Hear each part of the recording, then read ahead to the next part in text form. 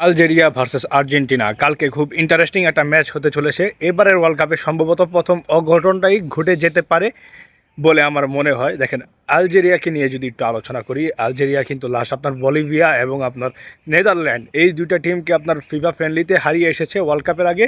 তো এবারের ওয়ার্ল্ড কাপে কিন্তু প্রায় 50%-এর মতো অঘটনগুলো ঘটে যাচ্ছে, কিন্তু একদম পুরোপুরিভাবে হচ্ছে না।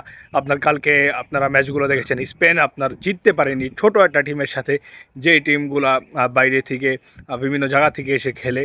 তো এই সব টিমের সাথেও আপনার স্পেনের মতো টিম আপনার কালকে ম্যাচটা ড্র করেছে। তো এবারে ওয়ার্ল্ড কাপে দেখা যায় যে আপনার সৌদি আরবের সাথে আপনার উরুগুয়ে ম্যাচ ড্র করেছে।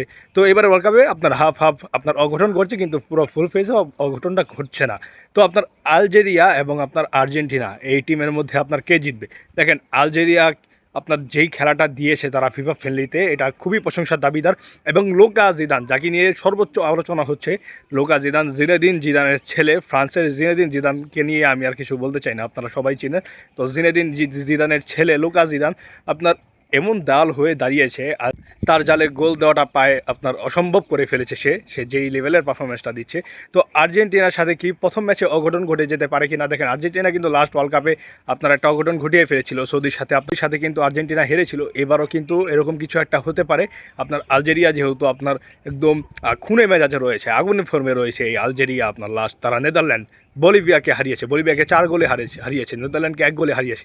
এই যে তারা খুনি মেজাজে রয়েছে, তারা যেই কোনো টিমকে একদম বিট করে দিতে পারে, এটা একদম কনফার্ম। তো আর্জেন্টিনার জন্য কিন্তু আপনার এখানে একটু চাপ হতে পারে, কারণ আপনার এবারে ওয়ার্ল্ড কাপে প্রায় হাফ হাফ অঘটনগুলো ঘটছে, 50% ঘটছে, 100% ঘটছে না। তাদের সাথে এটা হয়ে যেতে পারে। আপনারা কি মনে করছেন, আর্জেন্টিনা নাকি আপনার আলজেরিয়া? আপনারা কমেন্ট বক্সে আপনাদের মন্তব্য মতামত জানিয়ে দিতে পারেন। ভালো থাকবেন, সুস্থ থাকবেন, ধন্যবাদ সবাইকে।